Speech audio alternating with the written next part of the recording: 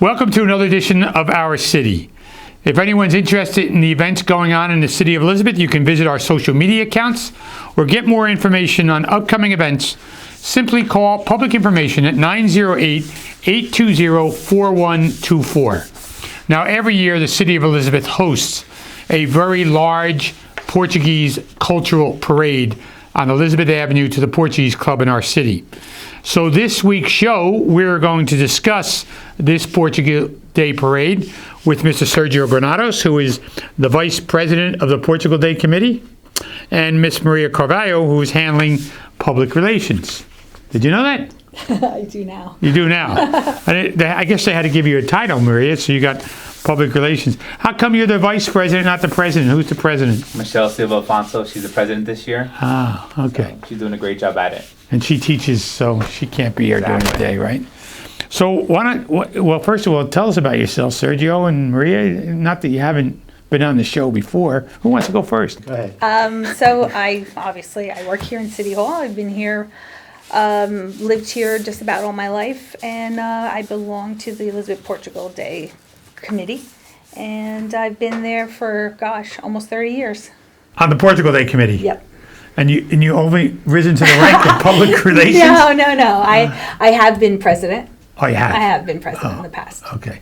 What do you prefer, the role you have now? Absolutely. It gets her on the mayor's show for the first time. I know. When she was president, she didn't get it. Otherwise, oh, my goodness. So, Commissioner, tell us about yourself. So this year's vice president under Michelle Silva Alfonso, past president. I joined the committee about 15 years ago, more or less. So it's definitely been a great ride, great organization to be part of. And what is your role, both of you, for the Portugal Day Committee? Public relations, I can guess, but it's probably not only public relations, right? So we're a fine oiled machine. We everyone kind of knows what we need to do and how we need to do it, and there's we call it a Bible, and we follow our Bible, and we know when we have to apply for things, when we have to organize things, and everyone we delegate, and everyone has their jobs to do, and somehow it always works out. So who wrote the Bible? It's been written throughout for the years. Time, yeah. And it gets amended? Every year. Yes. Every year. Every year. Okay. What's your role as vice president? Helping out the president as much as possible. I was just going to say, She you're takes the lead, one feet away, right? Exactly. The old saying Help her goes? Yeah. No, but Making her look good. as you said before, Mayor, this is the longest serving Portuguese parade in the state of New Jersey, 46 years. And also it's the largest parade, I think, in Union County altogether.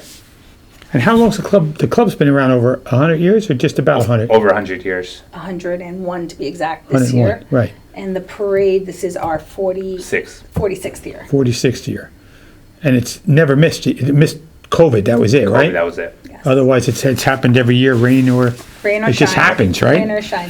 So the origin of Portugal Day started in 46 years ago. Tell us how that happened. So 1978, I believe, a young man from Elizabeth wrote a letter to the mayor, who was Mayor Dunn at the time, and felt that the Portuguese needed representation and that we should all get together and parade down Elizabeth Avenue. And that's pretty much how it happened. The mayor agreed to allow the Portuguese community to have a parade, and we haven't missed a beat since.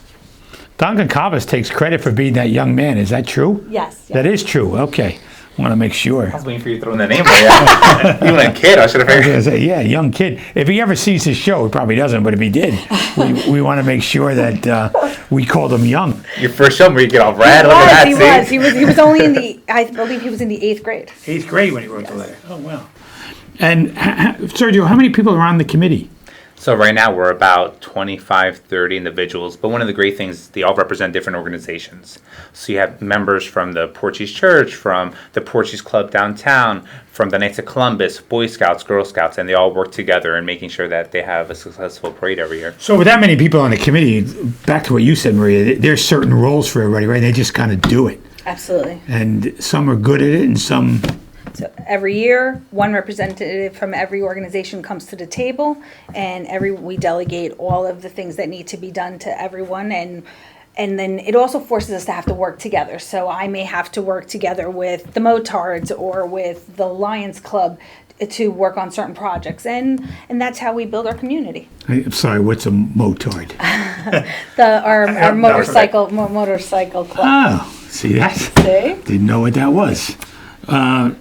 Now, I've been to the pageants, if that's the right word, but what else tell us about that and what else you offer for the youth during Portugal Day? So we have a soccer shootout that takes place during Portugal Day weekend, which brings together over 100 kids all participating in different games, soccer shootouts.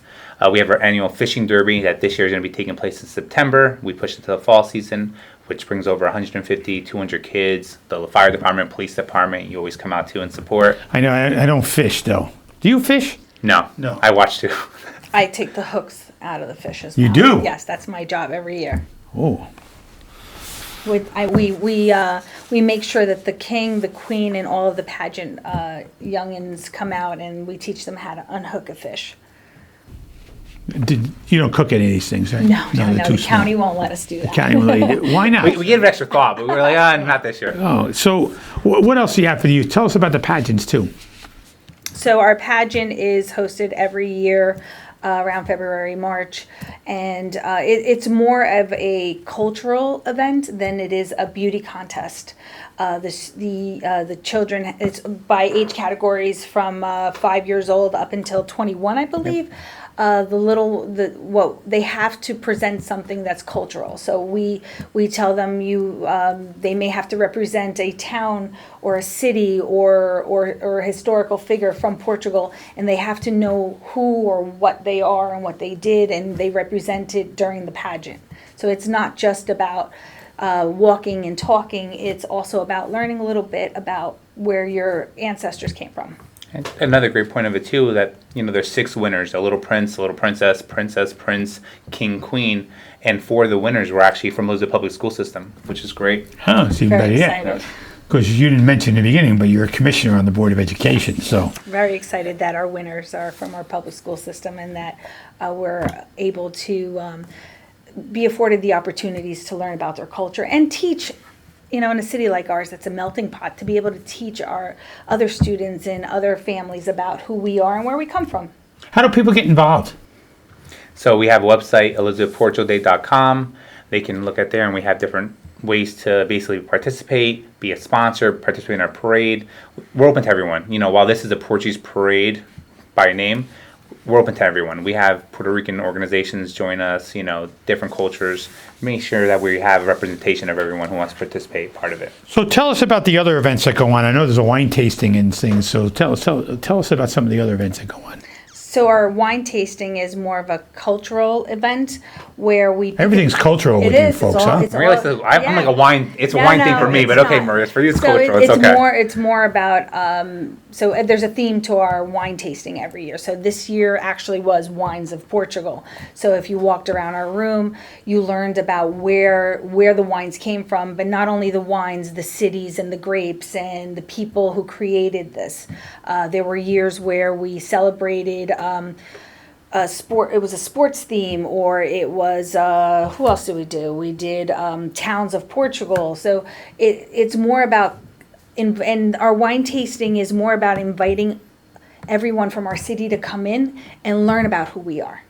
So I think it's like a great way to kickstart our parade season for us, but it's a great way to invite the whole community to come in and say, hey, this is who we are and what we're about. Come learn a little bit. Did I miss any events here besides the pageant and the wine tasting and the soccer thing? Wine and the fishing tasting, thing? soccer. You came to the wine tasting. I did. I got there late. But You're still there. yeah, I was there. But I got there We late. have our flag raising, Yes. which takes place the Friday before our Portugal Day Parade. It's always on the first weekend in June, and we always have great representation from everyone coming out to our flag raising too.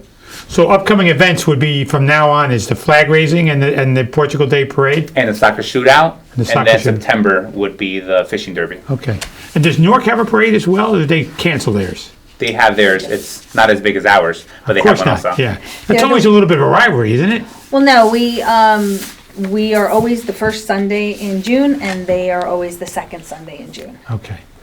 So tell us, what does Portugal Day look like in the city of Elizabeth from the beginning of the morning? Oh, wow. When you guys are hectic, so Oh, yeah. Yeah. Donuts, coffee. people Yeah. like me Morning. show up. People like me show up at the start of the parade, which is 1 o'clock, 2 o'clock. 2 o'clock. On the dot. Okay. Union Square. Union Square. It's a very long day. Our committee is up and at the Portuguese Club by the latest 8 a.m. And we sit and we go through our binders and we make sure we know where everyone's going to be. We confirm, because the night before we call everyone to make sure they know they're coming. Then by 11:30, we are on the street and we are making sure that our contingents are going where they need to go. Because at 2 o'clock, we plan on leaving. You've always stepped off right on time. Absolutely. Every year, Happy I- mayor, happy life, I know, right? yeah. I can tell you, other parades don't, but your parade always starts at the time you advertise, which is a testament to your planning. And the testament to how much we've grown and to how much we have, our elders have taught us. Because it wasn't always Maria Carvalho at the top of the parade, or Sergio Granados, or someone.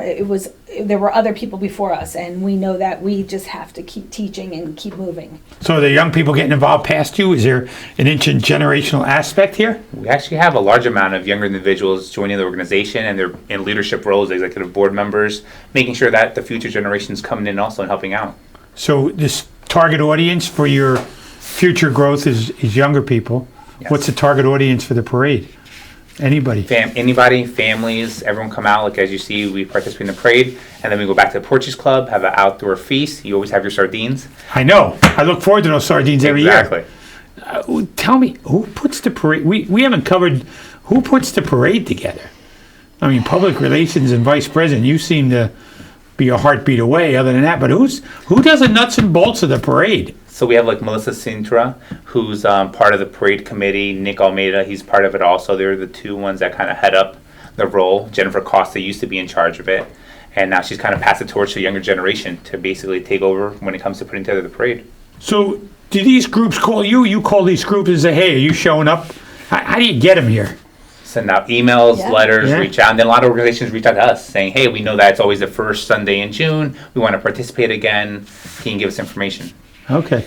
We have a gentleman who comes from Connecticut. I believe he's in his 90s and has been coming to our parade since the first parade. And every year, And the he's Medellin, yeah. a Marine Yep. from Portugal. And he comes every year and he walks in our parade. Oh, he walks in it. He's not. He doesn't sit there and No, he walks. watch he it. walks. He We walks. try to get him to, we tell him sit. Yep. And he won't. He says, as long as I have air in my lungs, I will walk. And he comes all the way from Connecticut every year. And anybody know what his initial hook was? It's kind of fascinating history. What made him come? Was he from New Bedford? Well, I have to say that there used to be a very large group of Marines and paratroopers, like my father, people who immigrated to the United States. And since we are the largest parade, they would come here. And sadly, I mean, they have passed, and we're down to one Marine. I know Manny's dad used to walk Right. years ago. We're down to one Marine, and that's it. And you'll see them out there. I think we still have a nice group of paratroopers that Yeah. walk, but they're getting there. So you talked about the generation before you. So growing up, from your point of view, the milestones that have been accomplished through the Portuguese Club. And now that you're 100 years, how have you seen it grow and evolve? And what's the pluses and the minuses, Sergio? So I think reaching 100 years old is the major milestone. We have a Portuguese school. We have our different youth organizations. My god kids are part of the folklore group that participate every single Friday, dancing upstairs, learning that cultural dance, which I think is amazing. I never did. I was never a good dancer. I just don't get the voice on that woman that sings. Put a little extra pinch in there and make sure it comes out right away. For me, Mayor, I think the most beautiful part of the change is that so much has not changed. that we're still teaching our children how to dance. We're still teaching our children Portuguese. We're still teaching them how to grow at the garden. That on a Friday you can still go to the club and have dinner, and it may not be the same face, but the same thing's happening, and that it gives us hope for tomorrow. On that note, thank you very much for taking the time to join me on the show and talk about Portugal Day here in the city of Elizabeth. And just before we close, what's the day and the time and where? First weekend in June. It's going to be taking place, pre-kicks off at 2 p.m., Union Square Plaza, and then also our flag raisings are being held at 6 p.m. in front of City Hall in Elizabeth.